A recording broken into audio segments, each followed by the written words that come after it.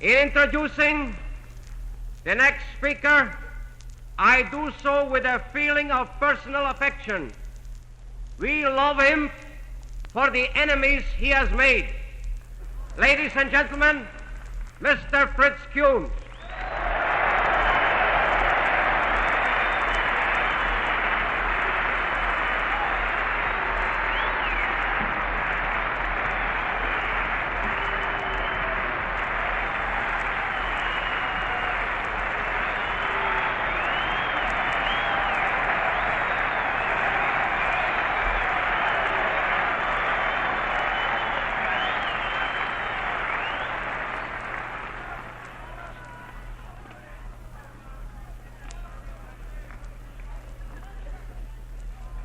Ladies and gentlemen, fellow Americans, American patriots, I'm sure I do not come before you tonight as a complete stranger, even to those of whom I have not the honor to facing for the first time. You all have heard of me through the Jewish-controlled press as a creature with horns, a cloven hoof, and a long tail. Well, old Beelzebub is a great musician. He can show up in many disguises, and if on this occasion you miss seeing the horns and tails, the reporter present will know how to explain their absence.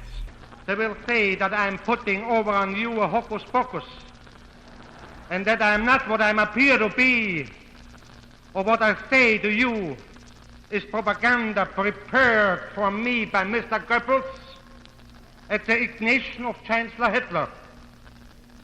For, of course, no German-American citizen can express an opinion that does not conform to the standardized order of debate prescribed by us for the Santorins, Rabbi Weisses, Untermeyers, and Dicksteins. However, you can believe me when I say that I have not the honor to be in the confidence of the Führer, and I am sure from what I read in the papers that he must be too busy planning in seizure of the Ukraine, in liquidation of the Monroe Doctrines, and the invitation of New Jersey to devote his time to me. In mentioning this distinguished Jewish gentleman, Rabbi Weiss, and the other who represented the race that Mr. Untermeyer calls the aristocrats of the world, let me say that I have the highest respect for them, for they have shown great ability in making white appear black, and are proving themselves master magicians in slowly but surely converting the American Commonwealth in close Jewish cooperation. The stock of this cooperation is securely locked in their own safety boxes. They will surely accuse in their far-reaching ambition unless you Aryans, Nordics, and Christians wake up and not only speak out in thunder tongues to demand that our government shall be returned to the American people who founded it, but also will put your shoulders to the wheel and act understandingly. We, the German-American Bund, organized as American citizens with American ideals and determined to protest ourselves, our homes, our wives and children against the slimy conspirators who would change this glorious republic into the inferno of a Bolshevik paradise. We, I say, will not fail you when called upon to give every lawful support in our power in the fight to break the grip and the parasite hand of Jewish communism in our schools, our universities, our very homes.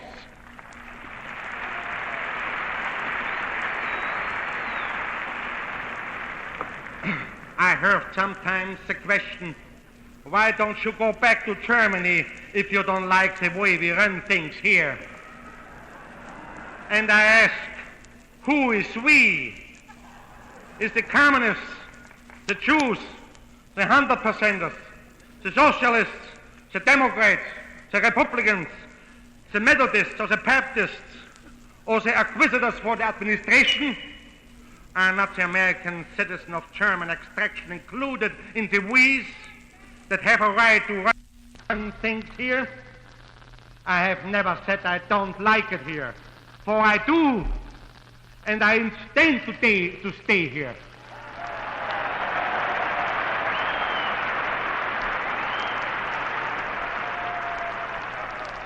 No one has a greater veneration than I for the fathers of the Republic and the good structure they founded.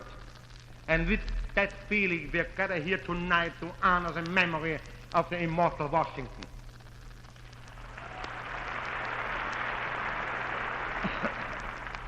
All my interests are here.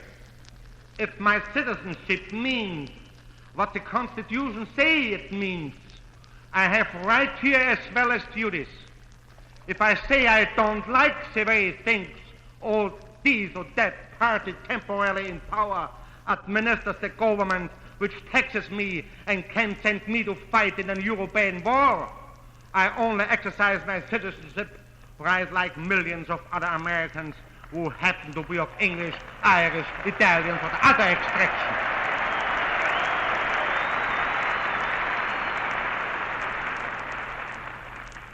If the government under the Constitution can draft me to die for it, it cannot deny me the right to have my say, as I do what I like, and I don't like our things ranked here.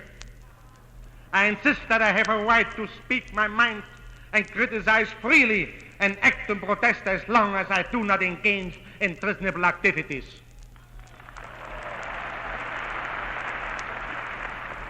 And that brings me to the German-American Bund.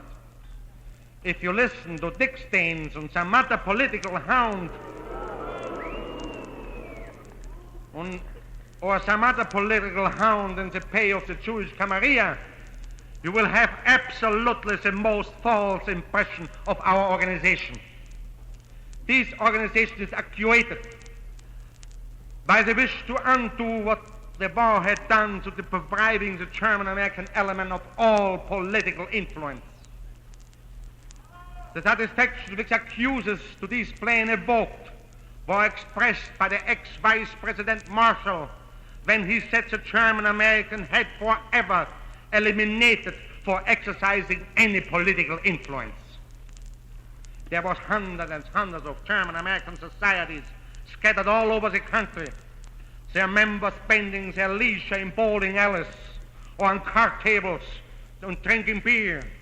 When told to exercise their citizenship duties, they said, leave politics to the Irish, to the Italians, to the English, or to the Jews. That this attitude will someday have unpleasant consequences in the effect on the German-American element was realized by those Americans of German descent who saw in the failure to take an active part in the development of our country the ultimate liquidation of everything that once had been the gift of the German-American element to the adopted country. And that is exactly what has taken place. The largest minority element in the United States, the German-Americans, is today persecuted in every field of endeavor. Why? Because the common enemy of all of us who stand up for the Americanism which the founder of our government implanted in the nation is realizing that if ever we can get together in a united political front, this minority will be able to move mountains. And that is just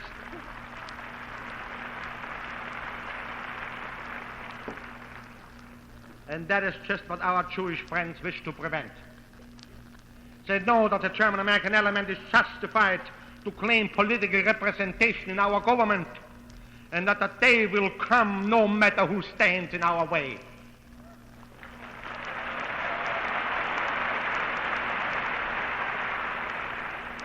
Many of you assembled here tonight to pay tribute to the memory of George Washington can testify to the reign of terror through which you passed during the World War, as citizen of the country.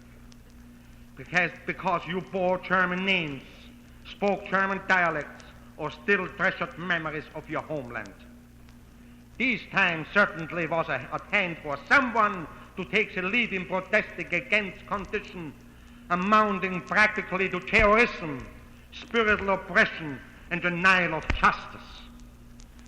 The German-American Bund gratefully took up the task, which inspired that of uniting the German element in a bond of mutual interest and protection, and that feels itself truly representative of the silent majority of its co-racial in the economic and political field. From the day this organization was formed and attacked at public attention, it had to take on the Jews in a fight to his decision. An unprecedented campaign to hate and defamation set in under Jewish leader who inaugurated a boycott against everything German via the so-called free press, the radio and the cinema. We had constitutional right to use of these public facilities to defend our good name and refute accusations.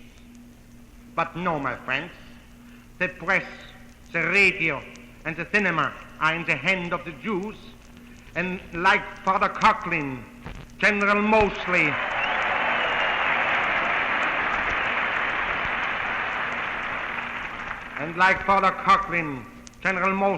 Fort Carter, and General Johnson, and other outspoken patriots, we are denied the right to refute silly charges